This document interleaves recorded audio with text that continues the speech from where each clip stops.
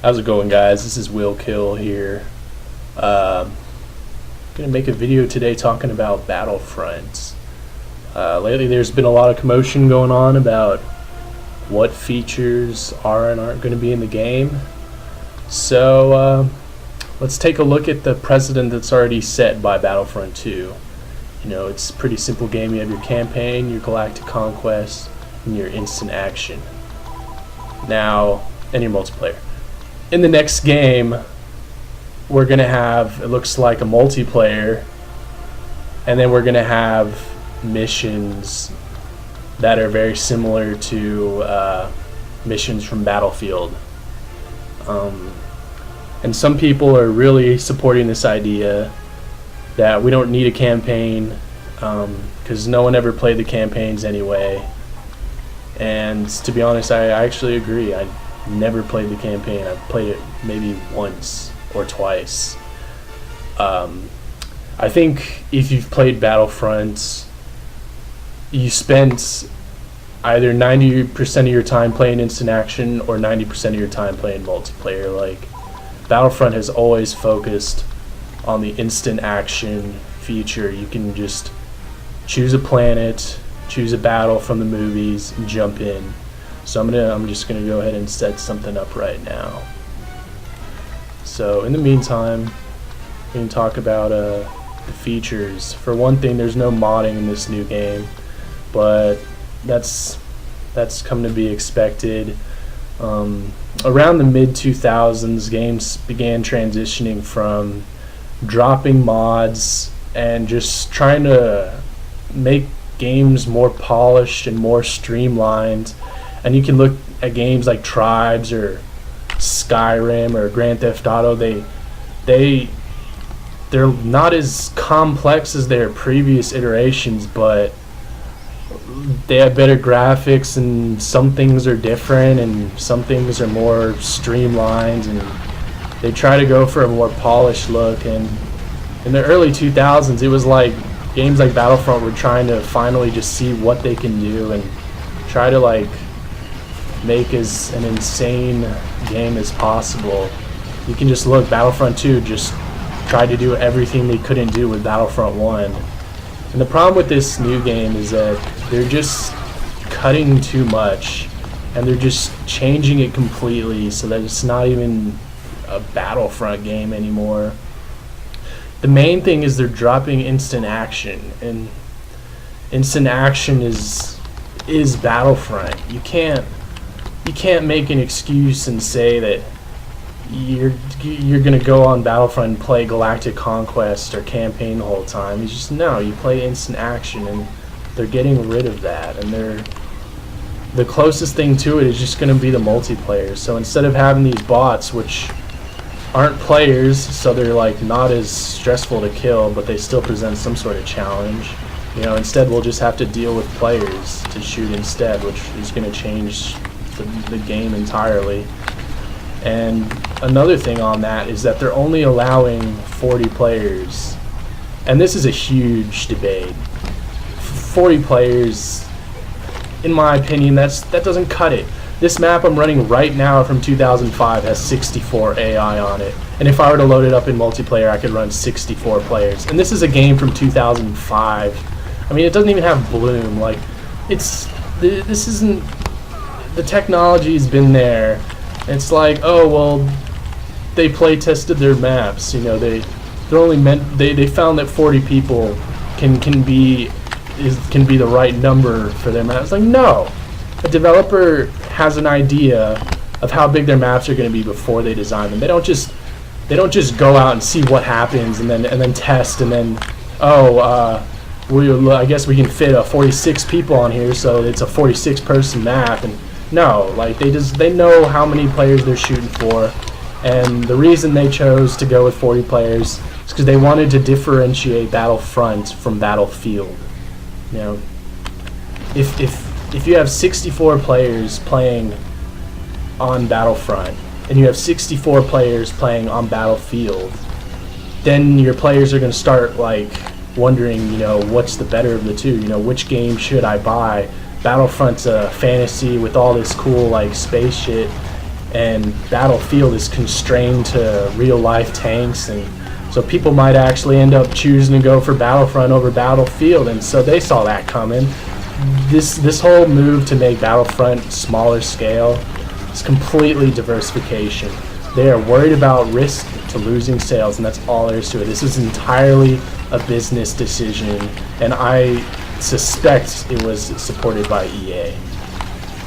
There's just no excuse for not having 64 players. I mean, especially when the precedent of the game itself has 64 players.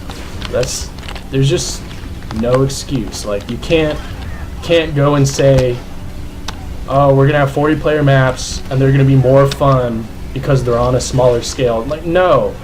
When maps are smaller scale, you end up having battles in the same places. Just look at this game on Endor. You have the same battles around the second and third command post every single game. It's going to be the same crap because the maps are so small. You can't make an open-ended map when you're having just a couple of people playing the map. You need, like, battles. So that's my whole issue with this. You know, I know we can't get the game we dream of, and I'm still gonna get it either way because I love Battlefront. I bought my first Xbox for it. I bought a PSP for it. Like, Battlefront has been a series I've held closest to my heart. You know, more than pretty much any other series. I'm a huge Star Wars fan. But anyway, the other things are all kind of minor. I mean, well, I guess the space battles. I guess, yeah, I should talk about space. Space was kind of crap in Battlefront 2, and unfortunately, that's what people are using as an excuse. Space battles were not well implemented, and therefore it'd be okay if they just cut them from the game. And that's kind of the rationale they're using. And that's not what I think. And the problem with space in Battlefront 2 is just didn't have enough effort into it. The mods were better, as I'm showing right now. The modded space battles were better than the stock space battles, just because they kind of expanded on it by adding more ships. And even on the PSP version, they expanded by adding more command posts, just kind of like the mods were doing. So, like, Battlefront 2 space, the problem wasn't that space is boring, it just wasn't well implemented. They needed more things going on.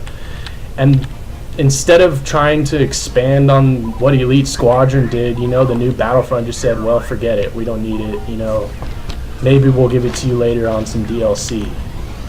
You know, like, that would be their explanation. And so, like, space itself, you know, I'm not too concerned that it's not in the game, but really, after the precedent that Elite Squadron set with space to ground battles, to not have that kind of like is a step backwards. You can't just, like, the mods were pushing the limits of the engine by adding them into Battlefront 2. It was considered like the obvious next thing that was going to be in the next game was space to ground combat. It was like, first there was that Free Radical trailer, and then there was the Elite Squadron game and the mods. It was like almost a shoo-in to be like a part of the next game, but really it's not.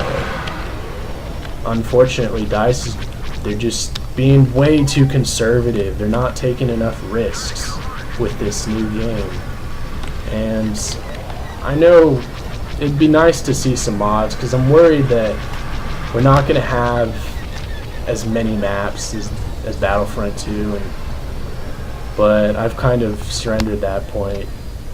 The only other thing that we know so far is that the AT-AT is on rails, and like that's just wrong. Like, I don't know who's at DICE, you know, saying we should take control away from the players and saying that that's a good idea. Like, I don't know who would ever think that, especially since they were so like open-ended in Battlefront 1 and 2, and now you're just gonna put it on rails. Like, it's just not a not the right choice. And people are saying this is a reboot.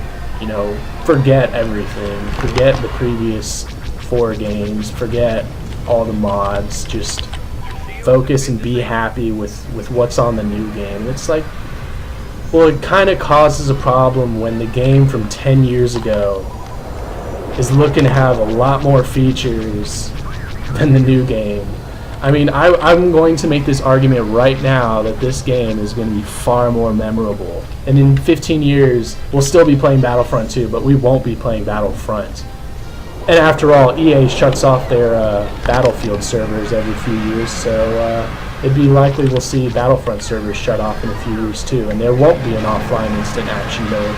There'll just be some mini missions that you can play over and over again that are exactly the same thing. And it's really not cool that the DICE employees are like going on Twitter and saying, yeah, you can play against AI bots and on planets. That implies that there's instant action. That's not yeah, you're playing against AI in a campaign. That's like straight up lying. That's like saying that there's a instant action when there's not. You know, you don't use the term bots when you're talking about a campaign. That's not like lingo that you would use when you're talking about a campaign. You use like AI or not bots. You know, that's bots are for multiplayer, for like open-ended games. So that's not really cool. Like DICE really dropped the ball. They shouldn't have done this whole like confirming what's not in the game. Like, I don't know who made the rules there, but you shouldn't like leak what's not in the game and then before what is. So now the whole entire community knows exactly what's not in the game, and we have a really good feeling of what is in the game, and what is in the game is simply what's left after what's been taken out of Battlefront 2. You know, basically this new game is just going to be like having a campaign from this game and having multiplayer mode from this game. Like, that's like there's really not much more they can add. I mean, so really, yeah, it's going to be a nice, very fun, polished game that's good to look at, but doesn't have enough sustenance to stand the test of time. There's nothing going to be memorable about it. It's going to be improvements on about sound effects and graphics, and that's it. But when it comes to features, it's just going to be steps going backwards. And so that's really all I have to say about this next game. I hope DICE includes instant action. I hope they listen to us and kind of make their game expand on the series and not just take things away. So, I don't know. We haven't seen gameplay yet, even though we've had a lot of things confirmed. We'd still like to see some gameplay, so I guess we'll make some more judgments then. But so far, DICE has not handled this whole pre-launch hype very well. So anyway, I guess I'll make another video in a few months. So until then, see y'all.